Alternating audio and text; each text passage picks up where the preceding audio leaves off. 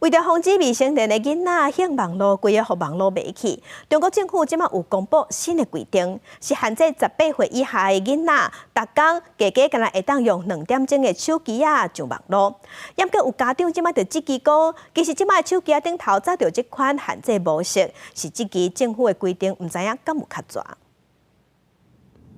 今日6岁住伫上海的雅丽莎，用 iPad 咧上网络，看到欢喜甲，妈妈是伫边仔看手机陪伊。雅丽莎4岁开始用手机妈妈烦恼伊会耍网络耍到毋知的人，规定伊这时间会当用40分，暗时用半点钟。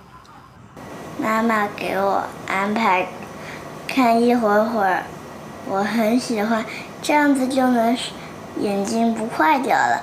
中国政府是公布真严格的新规定，要求8岁以下的囡仔，逐工用手机的时间袂当超过40分钟；8岁到16岁袂当超过1点钟；16岁到未满18岁的，加加干那会当用2点钟，而且暗时10点以后都袂当上网络。虽然官方讲这用意是咧防止囡仔小网络，但是家长质疑讲，即马手机内面已经有相关的限制模式，新办法若袂当实际去做，是真歹达到效果。我觉得这个政策是相对来说是一个很好的政策，但是这个规定不是特别的友善，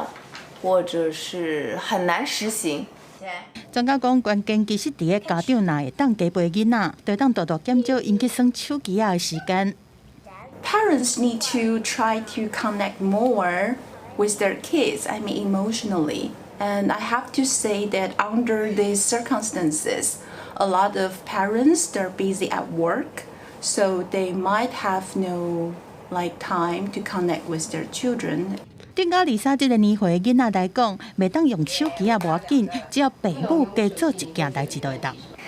主要带我出去就可以了。